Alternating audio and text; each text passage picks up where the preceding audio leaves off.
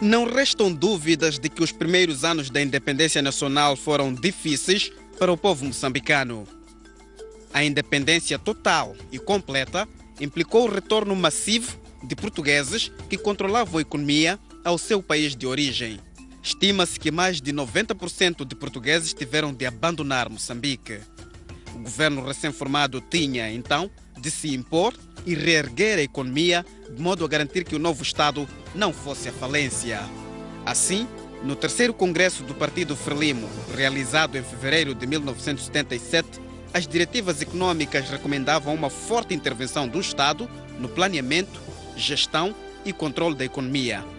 Era uma verdadeira quebra ao modelo de economia adotado no período colonial. Com efeito, e apoiado em instrumentos como a Lei 16/75, de 13 de fevereiro, a Lei de Intervenção, o Estado passou a ser o motor da economia. Relatos indicam que em 1982 o Estado detinha 73% das empresas nacionais dos ramos industrial, comercial e agrícola. No auge do período das intervenções, o setor estatal incluía cerca de 600 empresas. Um modelo que permitia que muita mão de obra estivesse empregada, mas pecava por não conseguir a produtividade suficiente do Estado para os encargos que tinha. As consequências foram inevitáveis. Foi uma exigência ditada pelas circunstâncias e, como o presidente Samora reconheceu mais tarde, e nós levamos ao seu extremo máximo. A propriedade pública chegou até a loja para vender agulhas, o que não era possível fazer. E depois, com um cerco muito grande das grandes potências internacionais contra um país que pretendia instalar um modelo estranho na zona, que é o modelo de desenvolvimento socialista.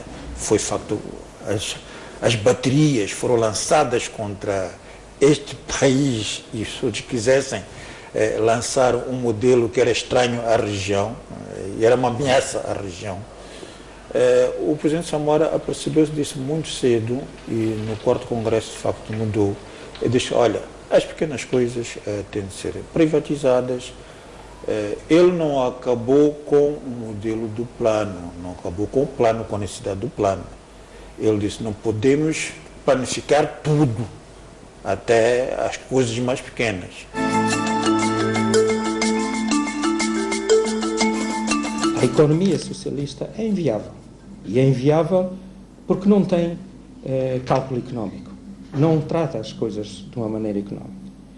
E a opção que nós escolhemos foi, de facto, tornar, administrar a economia de forma centralizada, controlar os preços, controlar os mecanismos da economia, e tudo isso foi feito e a economia ficou praticamente estrangulada.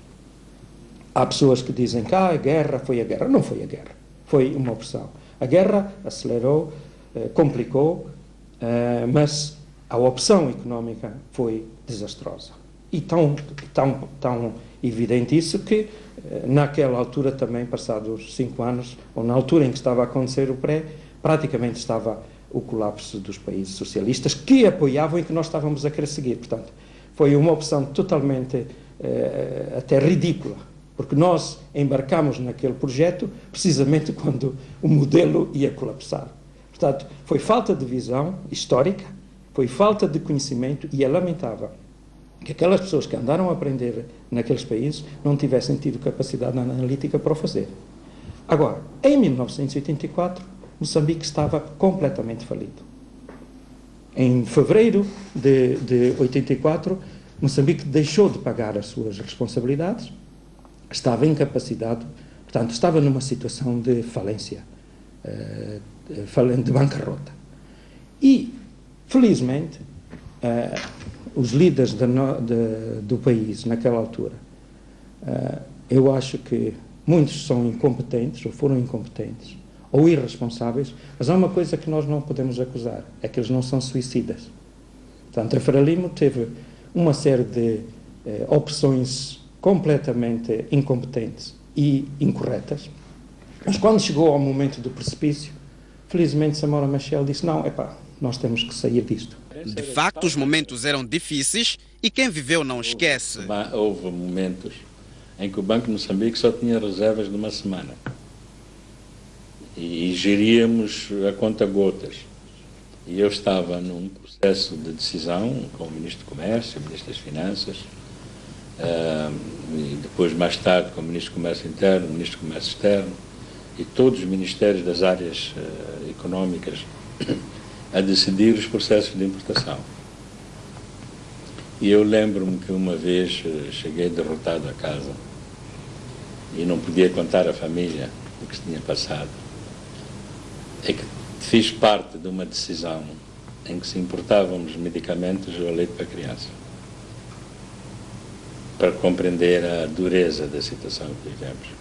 São momentos que eu espero que a guerra nunca mais se repita em Moçambique, que nunca mais que haja discernimento suficiente para que esta opção nunca seja tomada em conta de novo, porque o sofrimento é imenso. Eu vivi naquele período. Eu assisti a um enterro de 400 pessoas mortas em Alumínio. Eu aterrei em zonas difíceis com voos circulares de aviões, com risco de poder ser abatido, para abastecermos as populações. Contei cerca de 176 viaturas destruídas daqui até na Macha. Eu vi, não é contado por ninguém. O meu livro que escrevi sobre este tema traz as fotografias do drama humano que foi. Vi mais de 1000 pessoas, desde bisavós, avós, os pais, os filhos e netos. Mais de 1000 pessoas praticamente nuas, destituídas de tudo, sem roupa quase. E eu gostaria que nunca mais se repetisse neste país. O antigo dirigente lembra ainda que a moeda atravessou momentos complicados e explica as razões. A fonte principal de receitas para Moçambique era o ouro que provinha do trabalho migratório de moçambicanos que estavam na África do Sul, que tinha chegado a 140 mil trabalhadores num determinado ano. E uma parte do salário destes mineiros era pago em ouro. E era esse ouro que entrava para os cofres do Banco Nacional Ultramarino, era externalizado para Portugal, e Portugal abria créditos para Moçambique poder importar bens e serviços portugueses. Este era o modelo da economia colonial, e era neste quadro que existia o BNU, Banco Nacional Ultramarino. Com os acordos de Lusaka, há um parágrafo que é introduzido nos acordos, que é a transferência do património, dos ativos e passivos do Banco Nacional Ultramarino para o Banco de Moçambique. Portanto, é criado o Banco de Moçambique, é criado em 17 de maio de 1975, portanto, um mês e poucos antes da independência de Moçambique. No processo da transferência do BNU para o Banco de Moçambique, o saldo global que ficou a favor de Moçambique foi $1 milhão. Portanto, podem imaginar as reservas que o país tinha nessa época. E hoje o Banco de Moçambique deve estar a gerir reservas da ordem de 2,5, 2,7 bilhões de dólares. Portanto, $1.000 milhões. Mas pronto, é assim que nascemos, é assim que estávamos a operar. Simultaneamente a estes efeitos externos que estavam a ocorrer, portanto, a desmonetarização do preço oficial do ouro, 2, introdução de câmbios flexíveis na economia em todo o mundo, e 3, a subida drástica do preço do petróleo. O preço do petróleo estava, durante as décadas, desde o início do século passado, até a independência de Moçambique, estava por volta de 2,90 dólares por barril de petróleo. E subitamente salta em 3 meses para 12 dólares por barril de petróleo. E em 79, a guerra Irão-Iraque, que faz saltar para patamares de 30 dólares. E ao longo deste período todo, o dólar o barril de petróleo passou a ser, chegou a patamares de 140 dólares o barril do petróleo. Portanto, se fizer uma equivalência em castanha de caju, que é o que Moçambique exporta, porque Moçambique recebe os dólares como resultado das vendas que faz ao exterior, de bens e serviços. Pegando um exemplo de castanha de caju, se para 2,90 dólares, que era um único barril de petróleo, se pagava, vamos dizer, com 2 quilos de castanha de caju, quando o barril de petróleo chega a 140 dólares, imagina quantos quilos de castanha de caju era preciso pagar para ter o mesmo barril de petróleo.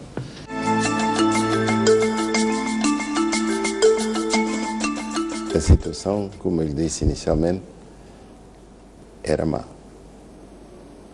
Era má pelas razões que eu lhe referi, nomeadamente a agressão externa,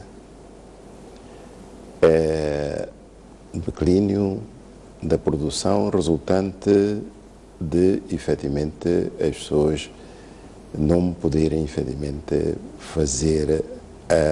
participar na sua atividade económica, porque houve, durante esse período da guerra de estabilização, muito deslocados internos e refugiados nos países vizinhos. Houve infraestruturas destruídas, houve desvio da atividade económica, nomeadamente com dumping que a República da África Sul praticava, em que, portanto, os nossos portos e os caminhos de ferro viram as suas receitas, portanto, largamente diminuídas. E também o facto de não termos as exportações terem decaído muito e não termos recursos suficientes para a importação de peças e sobressalentes e também de matérias-primas para a nossa indústria. Tudo isto se refletiu negativamente. Por isso, esses aspectos, se quisermos traduzir numericamente, também o podemos fazer, dizer que o declínio do PIB em 1987 chegou a atingir 9,1%. Dizer que, em termos de dívida que nós tínhamos em 1984, chegou a atingir 2,4 bilhões de dólares americanos. E que a nossa produção no período de 82 a 86, a produção agrícola chegou a reduzir em 50% do nível conseguido em 1981, que a indústria passou a operar de 20% a 40% da sua capacidade e que as exportações representavam apenas 28% dos níveis de 1981 e que de 80 a 87 o PIB decresceu em 30%, situando-se em cerca de, portanto, em níveis muitíssimo baixos, com níveis de 20 vezes a diferença entre o preço, mesmo níveis de inflação fora do controle. Dada a evidente situação crítica em que o país estava mergulhado, o mesmo partido Frelimo decidiu mudar no Congresso de Abril de 1983 e avançar para o modelo de economia do mercado. Lembro-me de termos recebido o Sr. Trichet, que na altura era o diretor do Tesouro francês, e que veio, falou connosco, visitou algumas das nossas infraestruturas económicas e tentamos elaborar um plano de ação económica Mas tudo isso não foi efetivamente suficiente, porque o ponto de partida era a entrada para o Fundo Monetário Internacional, a entrada para o Banco Mundial e fazer a negociação para a primeira tranche da dívida no âmbito do artigo 4º do acordo com o Fundo Monetário Internacional. E só então, depois da nossa entrada para o Fundo Monetário Internacional, para o Banco Mundial, é que se criaram as condições para podermos iniciar, digamos, a negociação do rescolamento da dívida no âmbito do chamado Clube de Paris. E isso implicava que os acordos do rescolamento que tivéssemos concluído se avançasse depois para acordos com cada um dos credores. Portanto, depois tínhamos de, junto a cada um dos credores, também estabelecer acordos de reestruturação da dívida. Mesmo aqueles que nós não estávamos, porque efetivamente eram hostis a nós, como o caso da República da África do Sul, no tempo do apartheid, tivemos de atravessar a fronteira para efetivamente ir lá também assinar um acordo de rescolamento da dívida com eles. Ok. Do que está a dizer, se não fossem esses constrangimentos que apontou, da guerra, da subida do preço do petróleo no exterior, dentre outros, o modelo que se estava a usar de economia centralmente planificada melhor, estava a funcionar, estava a surtir efeitos desejados? Estava a funcionar de tal maneira que nós, depois deste declínio que tinha havido de 75 até 1977, a partir de 78 até 1977, houve de facto um crescimento da nossa economia até 1981. Depois a situação veio agravar-se a partir de 1982. Que outros movimentos houve da parte, por exemplo, do presidente Samora Machel e outros dirigentes no sentido de garantir esta aproximação com o Banco Mundial e o FMI? Naturalmente que não podia se avançar sem haver uma direção forte, e o presidente Samora Machel foi, de facto, o líder que conduziu todo este processo. Basta ver que o próprio Programa de Reabilitação Económica e Social nasce no tempo do presidente Samora Machel. É verdade que o início da implementação, em janeiro de 1987, foi já depois da morte do presidente Samora Machel. Inicialmente, o Programa de Reabilitação Económica era só Programa de Reabilitação Económica. E lembram que o presidente Samora recebeu salvo em 1985, o vice-presidente do Banco Mundial para a África, chamado Edward Jacobs. Porque nessa altura o Banco Mundial não dava importância, não financiava, portanto, a componente social, nomeadamente a educação e saúde. E eu participei nessa conversa em que o presidente Samora instou o Sr. Jacobs a que tinham de mudar da política deles, porque como é que era possível o desenvolvimento, apoiar o desenvolvimento de uma economia sem a componente social, que é necessário olhar-se para a educação, para a saúde, e argumentou com aquela grande facilidade que tinha o presidente Samora de argumentar. O Sr. Jacobs foi-se embora.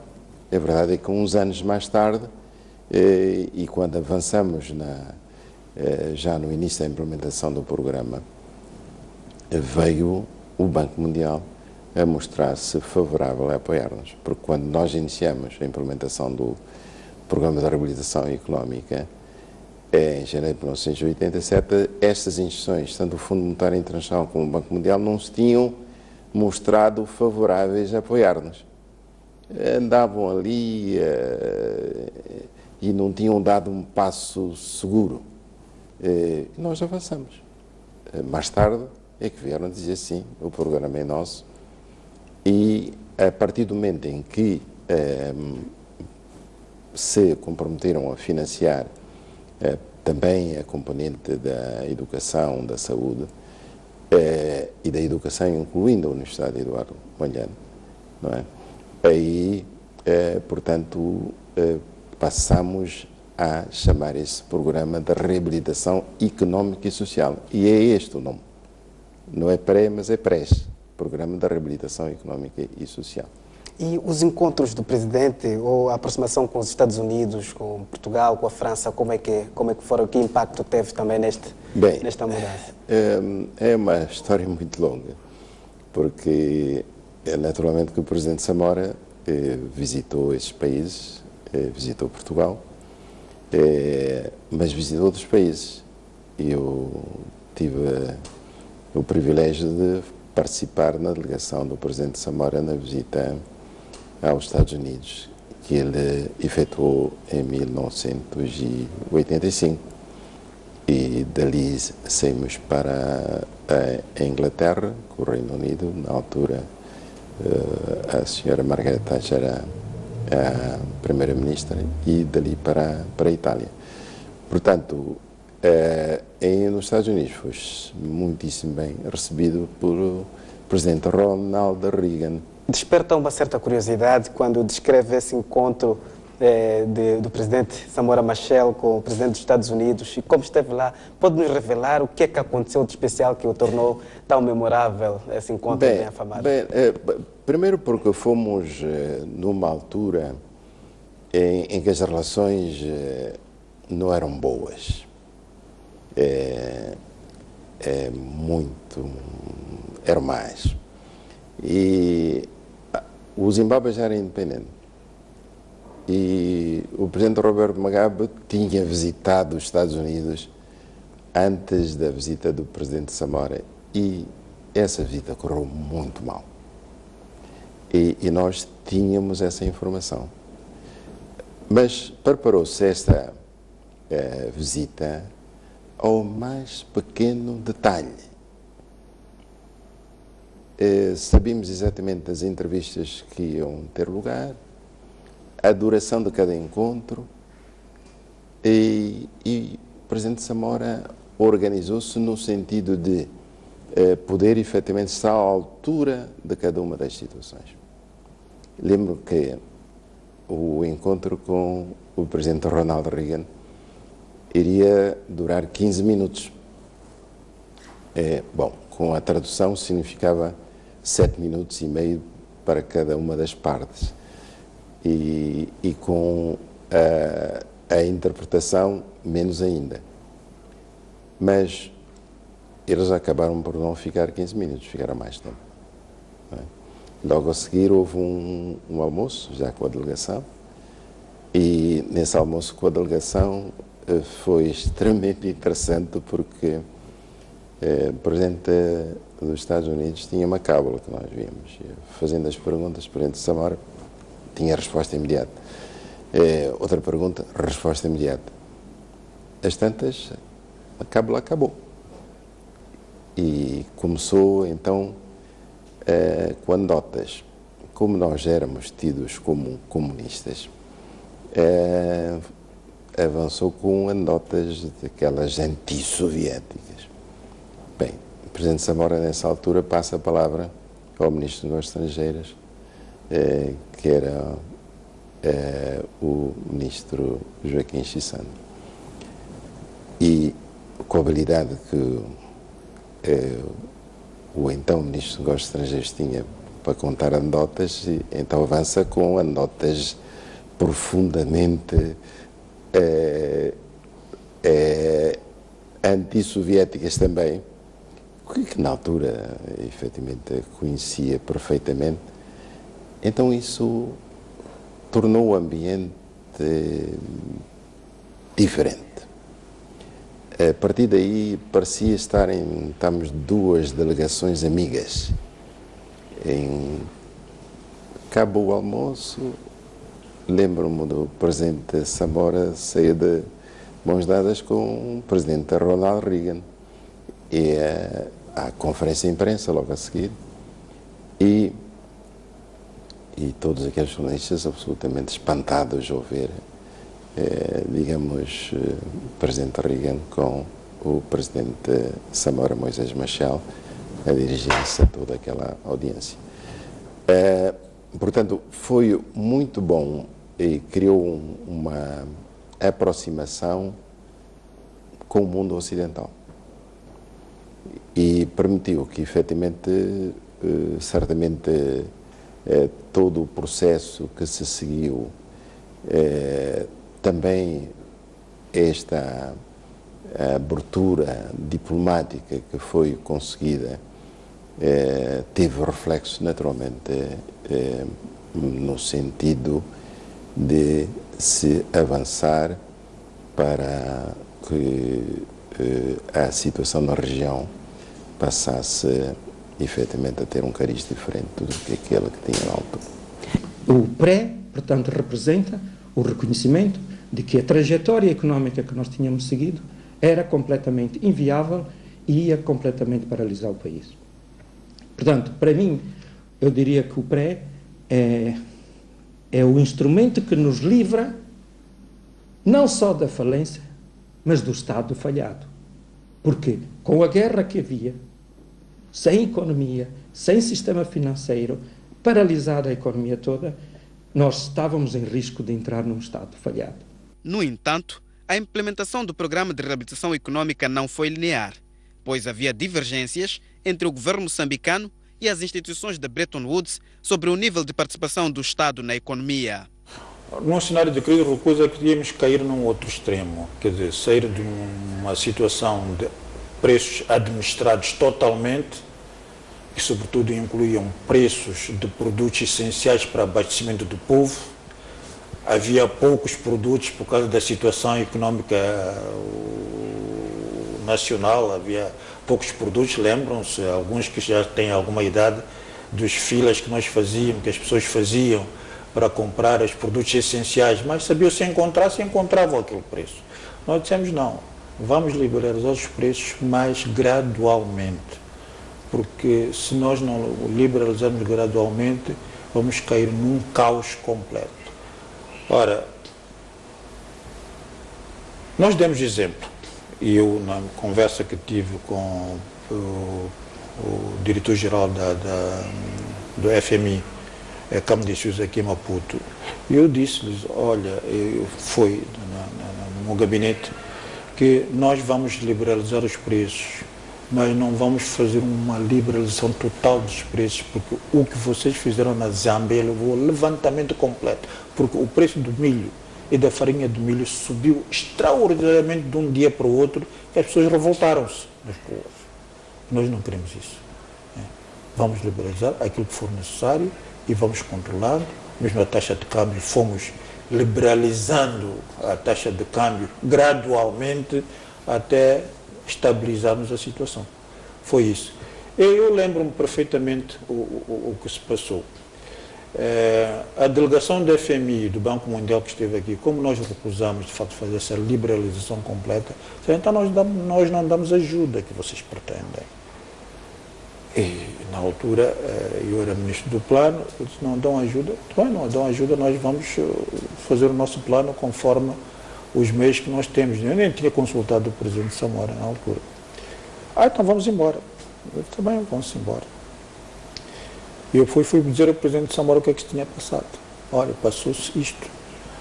O Banco Mundial quer que a gente liberalize tudo completamente, deixar os preços serem geridos com o mercado.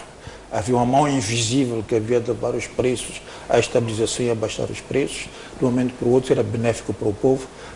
Olha, por exemplo, veja essa castanha de caju morreu. Liberalizou tanto a castanha de caju que a indústria da castanha de caju morreu.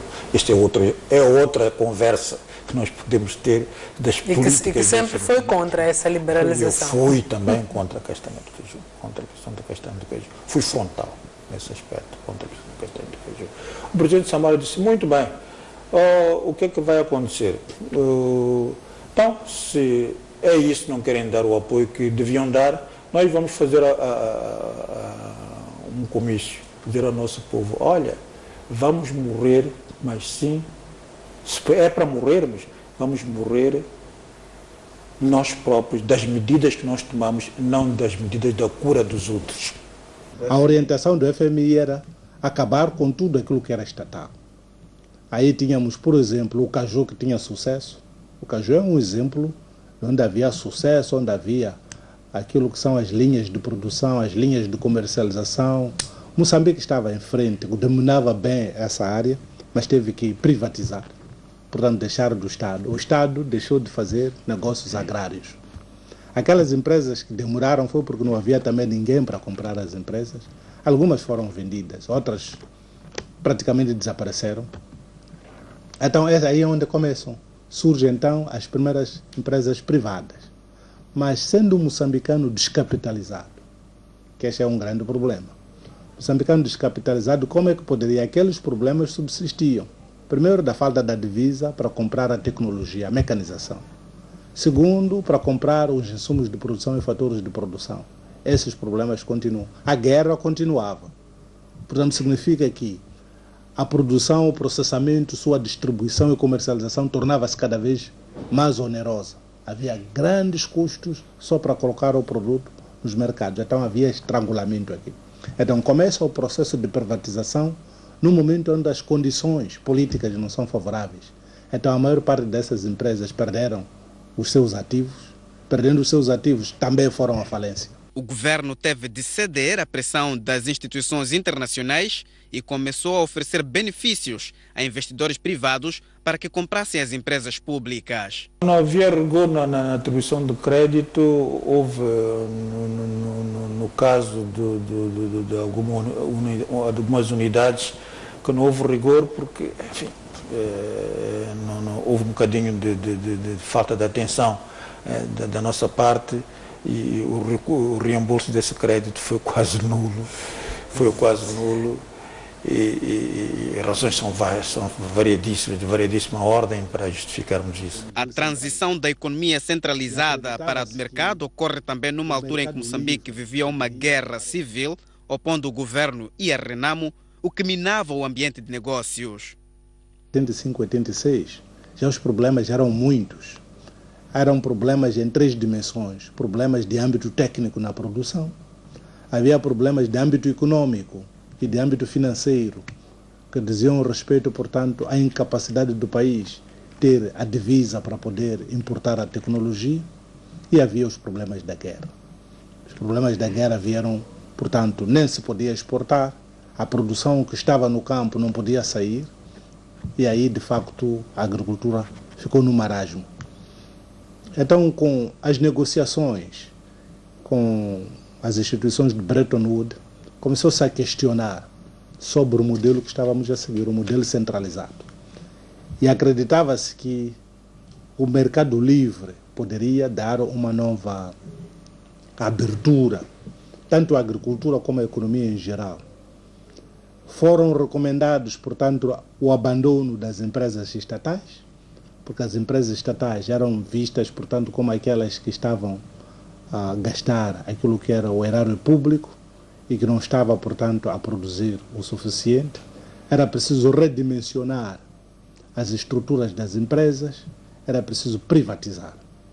Então começa o programa de reabilitação econômica, onde se sugeriu ao Estado moçambicano a eliminação das empresas estatais e a sua privatização. Alguns setores de atividade começaram logo a ressentir a crise sem precedentes. Quer a agricultura, quer a indústria ficaram abalados. O setor do caju foi um dos mais prejudicados pelas imposições do Banco Mundial. Mas, essencialmente, Moçambique e Tanzânia eram os grandes exportadores da castanha de caju e também da própria amêndoa de caju. Diga? Parte de processada, boa porcentagem processada. Quer dizer que quando mandaram fazer esse estudo, porque havia aqui também, tanto na Tanzânia como em Moçambique, houve uma mudança no regime económico, portanto, de uma economia centralmente planificada passava para uma economia de mercado. Então, nessas condições, naturalmente, que teríamos grandes dificuldades, segundo eles, que a exportação. Quem era o grande comprador da castanha de caju de Moçambique? Era a Índia. A Índia comprava essencialmente. E é espantoso que a Índia conseguia comprar castanha de caju aqui, processava na Índia e depois exportava exatamente para os mesmos mercados onde Moçambique exportava, que era essencialmente mercado americano e europeu. Essencialmente era esse. E nós mostramos que isto não era de facto verdade, porque as condições de trabalho na Índia, as condições em que se trabalhava na Índia era completamente diferente. O que os consultores do Banco Mundial diziam-nos é que o processamento em Moçambique não adicionava valor, mas sim diminuía o valor. Portanto, era negativo. E nós provámos exatamente o contrário. Como dizia há bocado, havia dentro dele um consultor que tinha feito este trabalho na Tanzânia, Moçambique e Guiné e mostrava que é possível processar-se nestes países dentro de uma economia aberta. Então, achamos estranho. Nós tínhamos essa informação, sabíamos quem é que estava a fazer e sabíamos que os consultores estavam lá sentados. Então, a pontos de nós temos que apontar isto. Como é que é possível que um consultor hoje venha nos dizer que não é possível processar-se no Moçambique porque não está, é um processamento negativo, e quando 2 anos antes dizia num outro estudo que era positivo? A coisa ficou... Isto foi debates muito quentes mesmo. Batemos fortemente nessa situação, mas o compromisso é que o governo precisava de 420 milhões de dólares para gerir a economia nos 2 anos seguintes. E a condição para o Banco Mundial emprestar esse dinheiro era que nós liberalizássemos estava colocado como uma objeção, uma das condições básicas era que devia ser liberalizada a exportação da castanha de caju. Portanto, o governo viu-se forçado praticamente a aceitar aquilo que, portanto, o Banco Mundial não aceitou, não concordou com as nossas observações. Nós dissemos que a continuar nesse aspecto, a indústria do caju em Moçambique ia morrer. As 14 indústrias que nessa altura existiam iam certamente ficar paralisadas porque não conseguiam, como eram indústrias emergentes, com todas as nossas dificuldades, nós precisávamos de um apoio inicial. Essas fábricas todas precisavam de novos equipamentos. O que lá estava eram equipamentos muito antigos, mas precisavam de ser modernizadas. Não deram tempo sequer para fazer, e quer dizer, numa indústria emergente não é possível fazer-se todo este esforço num curto espaço de tempo. Leva alguns anos para comprar equipamento, mudar equipamento, etc. E até lá era preciso algum apoio que tinha que vir da parte do governo. Tivemos esta experiência amarga do nosso relacionamento com as instituições de Bretton Woods, que é a interferência em determinadas ações, nomeadamente no domínio da indústria e da indústria do caju. Porque entendíamos nós que não se deveria avançar para que a tomada de medidas que as instituições de Bretton Woods nos direcionaram para tomar. Porque tínhamos a matéria-prima aqui para ser processada da nossa indústria. Entretanto, outra alternativa era essa matéria-prima a ser exportada para ser processada na Índia ou noutros países onde efetivamente que comprassem amêndoa. Nós dávamos prioridade a que a nossa indústria laborasse, era forma não só de termos as nossas indústrias a funcionar, como também de termos emprego e termos, portanto, a nossa indústria que efetivamente dava um bom contributo para a produção nacional. Mas aí foram instituições de Bretton Woods que efetivamente acabaram por impor, mais tarde vieram a reconhecer que tinha sido um erro, mas o erro já estava feito. O erro já estava feito. E lembro-me que há um diretor-geral do Fundo Monetário Internacional que, numa das suas passagens por Maputo, veio a reconhecer isso publicamente e veio efetivamente a ter de reconsiderar medidas não relativamente ao setor do caju, porque aí nada havia a fazer, mas lembro-me que relativamente à indústria açucareira depois houve algumas medidas que vieram a ser tomadas como resultado, digamos, de uma nova abertura por parte das instituições de Bretton Woods, nomeadamente do Fundo Monetário Internacional. Depois de longos anos adormecida, a indústria de caju começa a ressurgir. O especial reportagem visitou uma unidade em Nampula.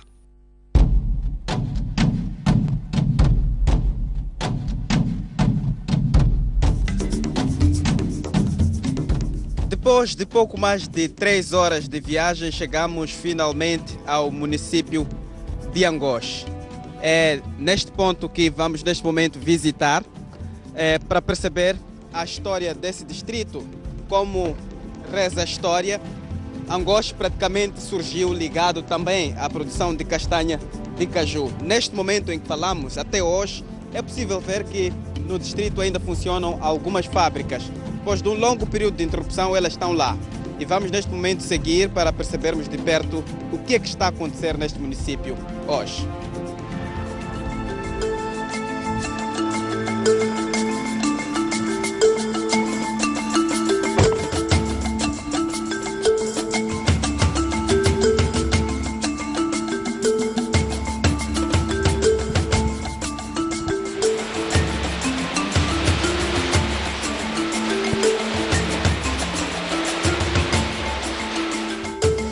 Esta fábrica de processamento de castanha de caju, que segundo os gestores não está na sua maior forma em termos de produção, consegue empregar pelo menos 1.200 pessoas.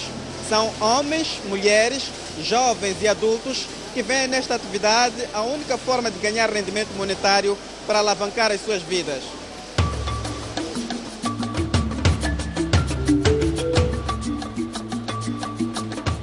Ajudo as minhas famílias. Durante os 4 anos que eu estou a trabalhar aqui, consegui construir minha casa através da fábrica e consegui comprar as minhas coisas durante os 4 anos para dentro da minha casa. Já construí a minha casa, sim. E as crianças estão a estudar? Sim, tenho só um filho que está a estudar terceira classe. Estávamos a andar à procura nas machambas, na pescaria, para conseguirmos como vivermos. Sim. Então, quando abriu as fábricas, nós entramos aqui para podermos, pelo menos, conseguir com o nosso serviço. Desde que iniciei a trabalhar aqui, pelo menos a vida está andando normal.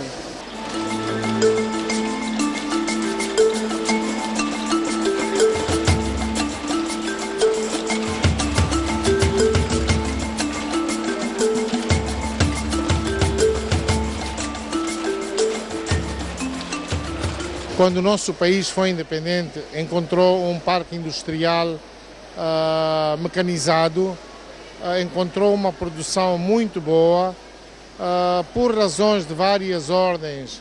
O país teve um retrocesso na produção agrícola, porque viveu de uma política que levou à quebra de produção, tivemos conflito armado que contribuiu para a quebra de produção. Terá havido outros fatores climatéricos, abandono do cajual para as zonas de acomodação, enfim. Depois houve também uma política do Banco Mundial que facilitou a exportação da castanha em bruto, levou o encerramento de todas as grandes indústrias, que o país, quando encerrou, tinha um potencial operativo de 100 mil toneladas. Foi triste porque muitos moçambicanos que tinham a sua aplicação na vida, no sustento, através da indústria de caju, perderam. Mais tarde, encontrou-se uma nova política, através do Banco Mundial, de mão de obra intensiva. Hoje, este processo já tem algum período considerado e já andamos com um programa de processamento entre 30 a 40 mil toneladas. Hoje enfrentamos um novo problema, que é falta de matéria-prima, porque é concorrida pela indústria, é concorrida pelo mercado externo. E o mercado externo dá algumas mais-valias diretas com a taxa de sobrevalorização, mas degrada o desenvolvimento do setor do caju. Porque é preciso dar matéria-prima necessária, segura e estável, para que o crescimento do setor volte em algum momento ser o que já foi em 100 mil toneladas. Também o país precisa, junto do Incaju, junto do Ministério da Agricultura, uma solução urgente para ver porque é que Moçambique não está a conseguir ser um exemplo, como o caso do Vietnã. Não produzia nada, hoje produz para cima de 400 mil. O Guiné-Bissau não produzia nada, hoje produz para cima de 100 mil. Moçambique tem que encontrar experiências e condições para produzir mais, processar mais, exportar mais em bruto, processado, para dignificar melhor o interesse nacional, dignificar mais o emprego e desenvolver o subsetor do caju de uma forma saudável.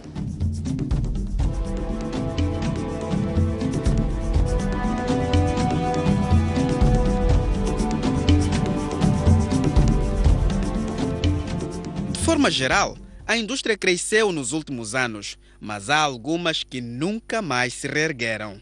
A Mabor é um exemplo. Principalmente quando se parou a fábrica, nós admiramos. Admiramos porque havia tempo de greves, não greves, por causa do dinheiro, do aumento do dinheiro. E esse dia havia greve aqui no Mabor dos trabalhadores. Também estive lá, não ouço dizer para que estive lá nessa altura. E, bom, era entre 8h30 nesse dia, ou 9 horas, estava a vir aqui o administrador e era um julgamento nessa altura, era administrador da Mabor. Quando veio de carro, estivemos sentados aqui e passou de carro, foi a administração e mandou alguém para nos chamar para irmos no centro social. Bom, onde há muitos trabalhadores, cada um fala aquilo, e pronto, e um deles, ou 2 ou 3, não vamos ir para lá, tem que vir para aqui, e pronto, dito feito, a resposta foi responder, aqui não querem vir para cá, é bom descer para lá. O administrador disse, eu vim para aqui. Quando chegou aqui, perguntou, o que é que se passa que tem? Vocês querem que o governo nos muda, ser administrador, pronto, onde é muita pessoa? Sim, é melhor assim, ser mudado, vir outro administrador, pronto. Ele assim ficou aflito, subiu, voltou para lá. A palavra que ele disse, só disse, vocês vão de ver, só, a pessoa falou isso, não é nada.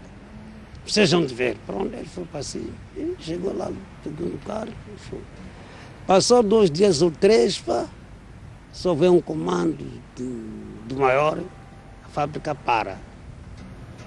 Nós já miramos parar a fábrica, sem necessidade. Bom, a gente não sabe se eles não necessitam, porque os profundos lá, da mercadoria ou matérias-primas, não sabemos. Vimos aquilo parar sem nenhum motivo de se parar. Porque havia pneu para vulcanizar nas máquinas, mas para. Ficamos tudo admirados.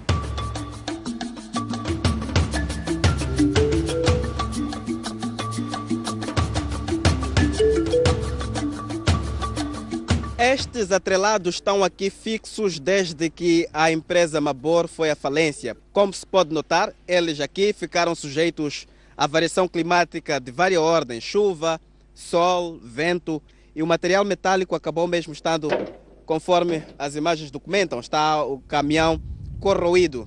No entanto, o pneu que era fabricado aqui, os pneus Mabor, estão intactos, continuam, portanto, até com o próprio ar conservado, nem sequer vazou, o que deixa claro que a qualidade era uma marca forte deste produto nacional.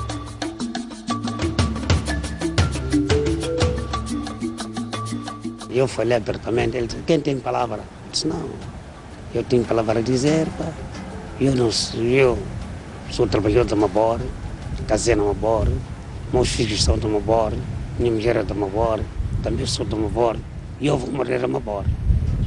Agora não posso morrer na Mabor, não sou na Mabor. Agora se precisar, eu posso voltar, não tem problema. Agora não posso morrer aqui porque já não estou aqui.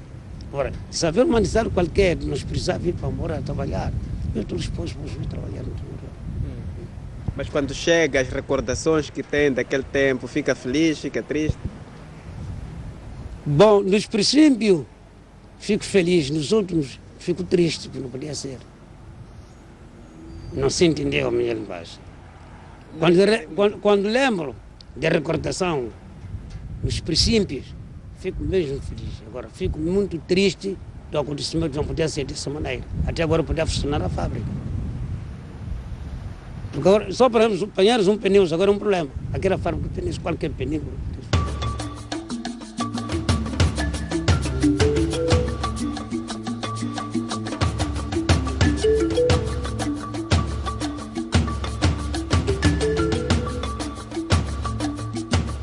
É parte da gestão económica, a experimentação. Ninguém, à partida, pode definir o que é certo. Só experimentando é que sabe que fica errado ou não. E aí é preciso ter a humildade suficiente para corrigir o erro. Não há fórmulas mágicas. A economia não é uma ciência exata. Não é 2 mais 2 igual a 4. A economia é gestão de pessoas, gestão comportamental das pessoas, na produção, na circulação, no transporte, na maneira como as fábricas funcionam, no modo de produção, a gestão dos fatores de produção. Portanto, são milhares de pessoas que estão a fazer economia por dia.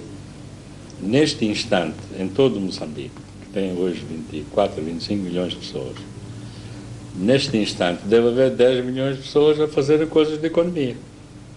É certo? Então, como é que se gerem 10 milhões de pessoas em cada segundo? É muito complexo. A política de salários, a política de preços, a política cambial, a política monetária, a política de emprego, todos os fatores de estabilização do emprego, etc. Tudo isso são complexidades que estão a funcionar a cada momento. Para além de que estamos numa realidade económica que ela torna-se complexa porque tem elementos políticos à volta dele. E esses elementos políticos nem sempre são fatores conducentes a uma tranquilidade. Muitas vezes discursos de políticos complicam. Basta um simples discurso dissonante complica. A taxa de câmbio mexe. É verdade, sabe disso, no dia a dia.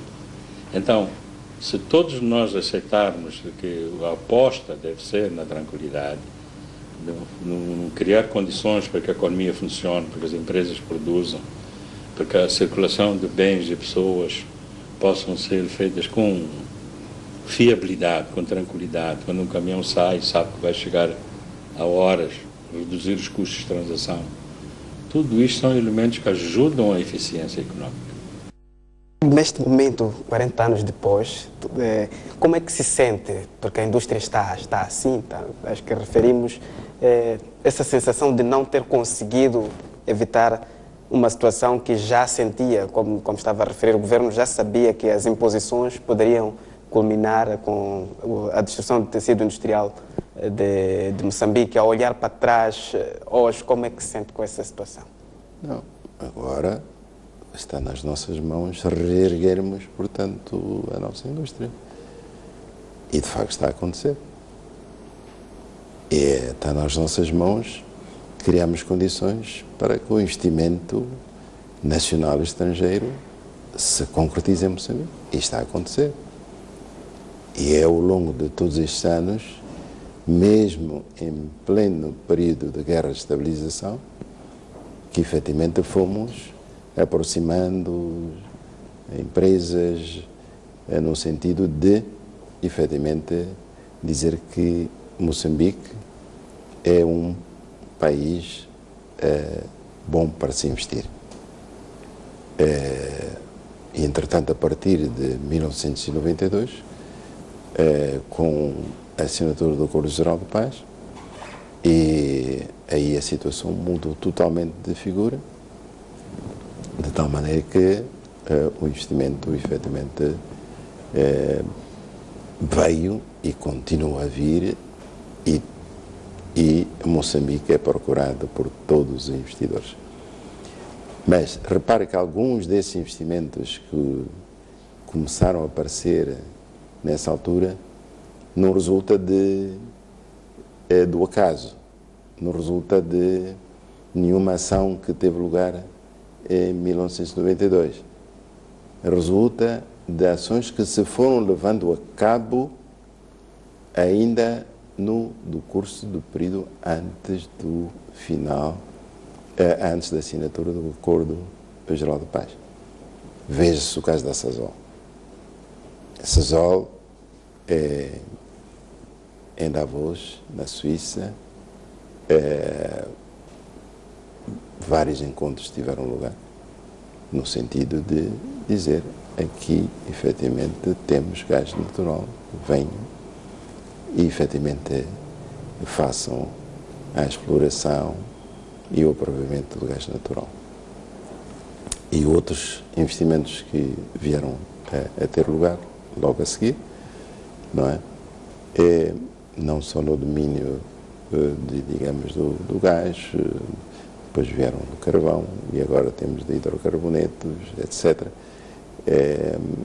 E o caso do alumínio, a Mosal. Mosal chegou aqui há muito pouco tempo, portanto, viu que havia condições de aproveitamento da energia elétrica e que, portanto, em termos de custo, importando, portanto, a alumina, transformava em alumínio e, portanto, exportava para o mercado mundial.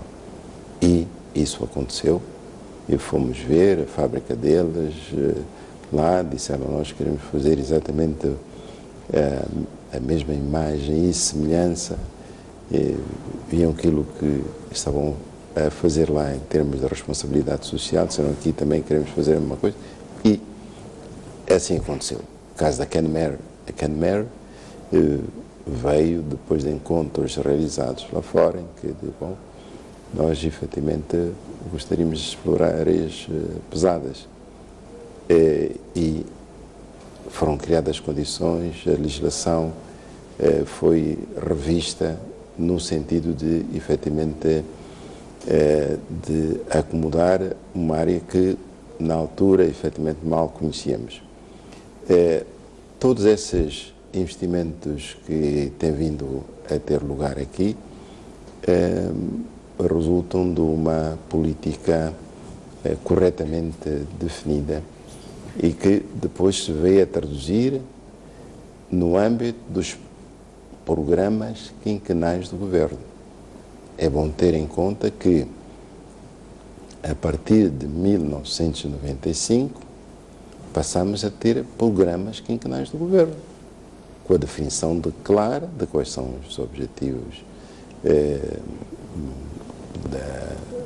estratégicos e as prioridades, etc. E hoje temos um quinto programa quinquenal do governo que começamos a implementar em 2015. Portanto, é nessa sequência que efetivamente deve ser analisado tudo quanto se tem feito ao longo de todos estes anos para benefício de todos nós.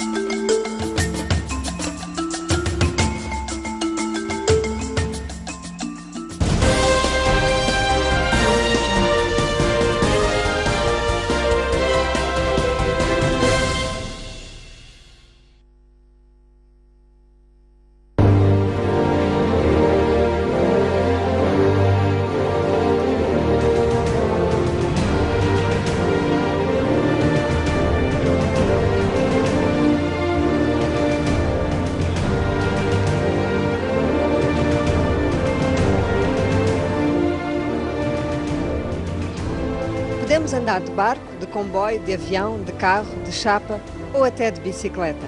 O importante é conseguirmos deslocar-nos de um lado para o outro. Na educação, na saúde, na administração pública, na agricultura, na indústria ou no comércio. Sem mobilidade, nada pode funcionar. A mobilidade é essencial para o desenvolvimento de um país porque é preciso ligar os produtos aos mercados. É este encontro entre pessoas e mercadorias que faz vibrar a economia.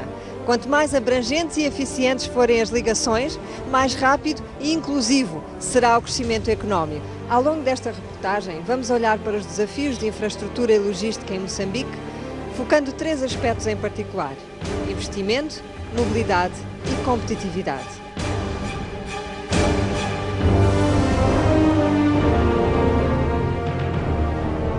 Estamos no distrito de Ribaue, a cerca de 130 km de Nampula, no corredor de desenvolvimento do norte que liga o porto de Nacala ao vizinho Malawi. Esta é uma das 3 grandes ligações que atravessa Moçambique de este para oeste.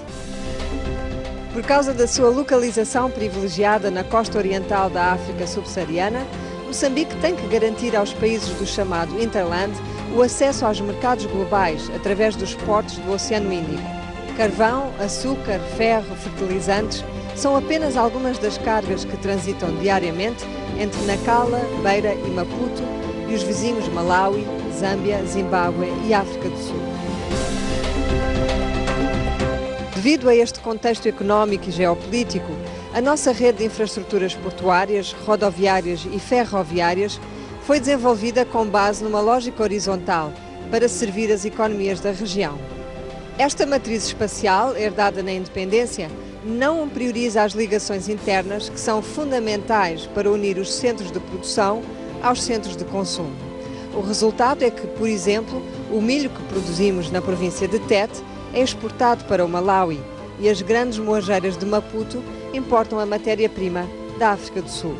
A grande questão que se coloca atualmente é como é que vamos planificar e desenvolver as infraestruturas do país de modo a potenciar a indústria e o comércio e a impulsionar a economia nacional. Esta questão remete-nos para 2 grandes eixos de reflexão: o desenvolvimento de infraestrutura e a eficiência logística. Ribaue fica na Estrada Nacional número 13, uma das rotas mais movimentadas do país. Para além da rodovia, tem o caminho de ferro que escoa o carvão de Moatize para o porto de Nacala Velha. O transporte de passageiros, por enquanto, é feito apenas entre Nampula e Quamba. Diariamente são cerca de 3.000 pessoas que utilizam o comboio do norte. Na sua maioria são camponeses que vivem nas zonas rurais. O carro dá 150. Assim como o comboio está a 80, preferir de comboio, como não tenho maneira, né, de dinheiro. Apesar de o comboio ser um meio económico, o caminho de ferro não cobre todo o país e é muito caro viajar de avião. É por esse motivo que cerca de 90% do transporte de passageiros e 80% do transporte de mercadorias em Moçambique é feito por rodovia. Isso coloca uma grande pressão sobre as estradas nacionais. De acordo com dados oficiais, 1 em cada 4 estradas apresenta más condições de transitabilidade. Para além da reparação das vias existentes, é urgente ampliar a rede de ligações rodoviárias para servir as populações nas zonas rurais. É sabido que, em todo o país, 2 em cada 3 pessoas têm que percorrer uma distância superior a 2 km para chegar a uma via de acesso. Vamos ao encontro do José de Xerinza para ver o trabalho que está a ser feito na zona centro do país. A Estrada Nacional número 6 não só beneficia as populações que vivem ao longo dela, nos distritos das províncias de Manica e Sofala, mas também é tida como um corredor internacional pelo fato de fazer a ligação entre os países do Interland, como o caso do Malawi, Zâmbia e Zimbábue, para outros pontos de Moçambique. Uma das intervenções em curso é a ampliação da ponte sobre o rio Pungue, que até aqui tinha apenas uma via de circulação. Orçada em 410 milhões de dólares, a obra iniciou-se este ano e deverá ficar concluída em 2018. Para além dos trabalhos ao longo do corredor, há um esforço grande que está a ser feito para a construção e reabilitação de rodovias em zonas mais remotas, de modo a permitir uma maior fluidez da produção local.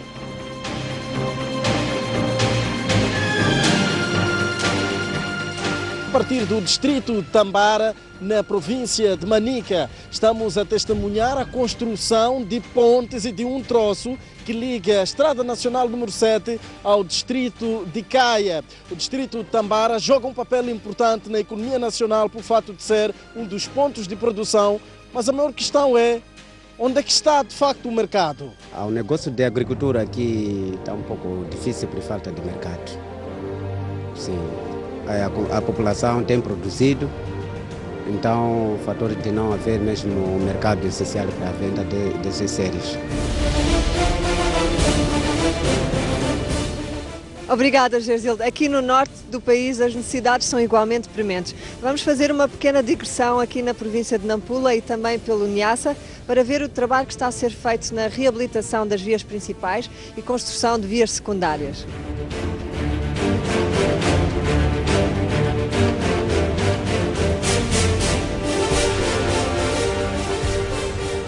E já percorremos quase 400 quilómetros desde Ribaue. Estamos na zona de Marrupa, no interior da província do Niassa. Temos 200 quilómetros pela frente até chegar a Lixinga.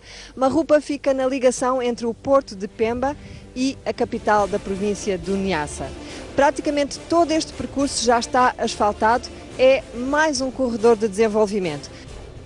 É uma rota que a gente faz com muita frequência porque a zona de Nampula, Ribau, Malema, Quamba, fugimos da tripilação porque a estrada está muito mal. A outra via levaríamos 3 ou 4 dias, mas com um caminhão cheio de problema. Então, para isso já não há vantagem. Então, preferi bater nesta rota de Namialo, Marupa, Lixinga, apesar de sendo mais longe, né? Apesar de ser uma das rotas mais importantes do país, as rodovias no corredor de Nacala estão muito castigadas. O troço Nampula-Ribaue já está asfaltado, mas há zonas onde levamos 1 hora para percorrer 30 km. Esta situação ilustra as enormes necessidades de investimento que existem nesta área. O custo médio de construção de 1 km de estrada ronda os $800 mil. Para os próximos 5 anos, de acordo com o Programa do Governo para Desenvolvimento do Setor Rodoviário, serão necessários investimentos superiores a $3 mil milhões. Um dos maiores desafios é, naturalmente, o financiamento. Anualmente, nós precisamos de um montante de cerca de 25 mil milhões de meticais, que é para podermos desenvolver os programas do setor de estrada. Parte deste orçamento são obras, algumas que já começaram e que, de facto, o seu financiamento já está assegurado. E, naturalmente, que algumas que são novas construções que vamos ter que começar, essas teremos que mobilizar recursos financeiros, que é para poder-se fazer a implementação deste programa de estradas ao longo dos próximos 5 anos. Para algumas pessoas, a resposta para um transporte mais rápido, económico e eficiente está no mar. Com uma costa de 2.700 km praticamente em linha reta, a cabotagem marítima é apontada como o caminho mais natural para reforçar a mobilidade de pessoas e mercadorias na vertente norte-sul. O setor dos transportes marítimos é a chave deste processo de comunicação e transporte de mercadorias.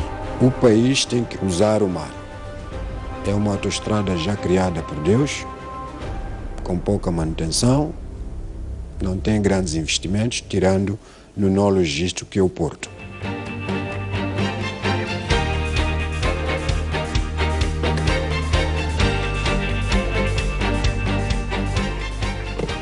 E chegamos finalmente a Lixinga. Daqui a pouco vamos entrar no avião de volta a Maputo, mas antes ainda tem que passar pelo mercado. Dizem que não há feijão como o de Lixinga e dificilmente se encontra em Maputo.